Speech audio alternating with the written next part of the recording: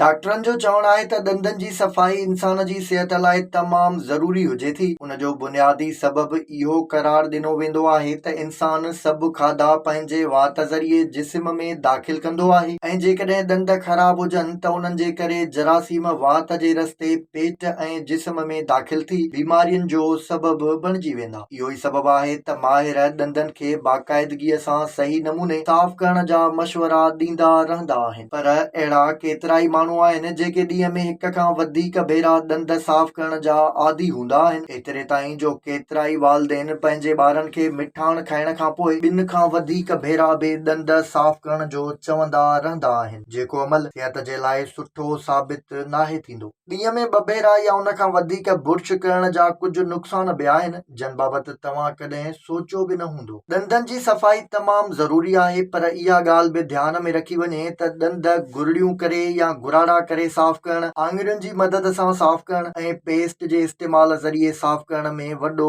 फ़र्क़ु हूंदो आहे। हर खाधो खाइण खां पोइ ॾंदनि खे रुखे पाणीअ सां साफ़ करण मतिलबु गुरड़ियूं करण त सुठी ॻाल्हि आहे, पर ॾींहं में 2 भेरा या उन खां वधीक ॾंदनि ते पेस्ट जो इस्तेमालु नुक़सानकार साबित थी सघे थो। ॾंदनि वारी पेस्ट में अहिड़ियूं शयूं मौजूदु हूंदियूं आहिनि जेके तव्हांजे ॾंदनि तां दाग ख़तमु कंदियूं आहिनि, पर घड़ी घड़ी पेस्ट जो इस्तेमालु कयो वञे त ॾंदनि ते हिफ़ाज़त वारा जुज़ बि ख़तम थी वेंदा आहिनि, जंहिंजे करे कुझु बि खाइण सां वात छिलिजी पवंदो आहे ऐं वात जे अंदरे हिसे समेत ॾंदनि ते निशान पइजी वेंदा आहिनि, जंहिंजे करे रॻुनि ते नुक़सानकार असर पवंदा आहिनि। घणे ॾंदड़ हणण जे करे ॾंदनि तां अहिड़ियूं शयूं ख़तम थियण जे करे ॾंदनि ते थधो ऐं गरम थियण महसूसु थियण शुरू थी वेंदो आहे ऐं जॾहिं तव्हां कुझु बि खाईंदा आहियो त ॾंदनि खे गर्मी ऐं थधि जल्दी महसूसु थींदी आहे। एतिरे ताईं जो कॾहिं कॾहिं ॾंदनि में सूर बि पवे थो, जेको पिण घणी पेस्ट इस्तेमाल करण जे करे ई थींदो आहे। कुझु माण्हुनि जो ख़्यालु हूंदो आहे त घणा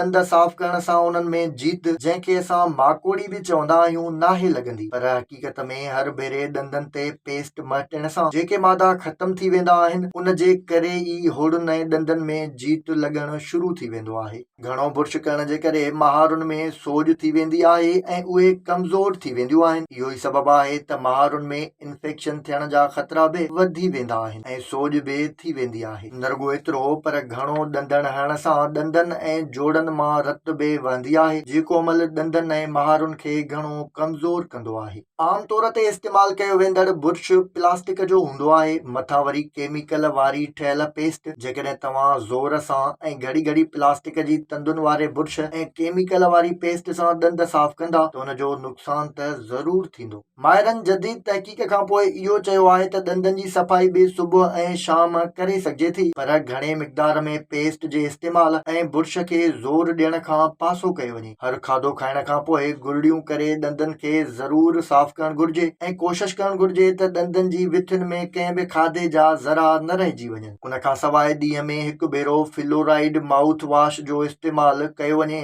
त तमामु बहितर थींदो। जेकॾहिं बुर्श जी जाइ ते कंहिं वण, निम, बेद या बाहण जो ॾंदड़ हंयो वञे त इहो सिहत लाइ तमामु फ़ाइदेमंद हूंदो आहे। निम ऐं बाहण जी ॾंदड़ जी कोड़ाहण जे करे वात में नुक़सानकार जरासीम ख़तम थी वेंदा आहिनि ऐं वात में बदबू बि नाहे थींदी। इन सां गॾु जेकॾहिं मिसवाक जो इस्तेमालु कयो वञे त इहो ॾंदनि जे लाइ इंतिहाई फ़ाइदेमंद ऐं सिहतमंद रहंदो। इहा नबी पाक सल्लल्लाहु अलैहि वसल्लम जन जी सुन्नत पिण आहे।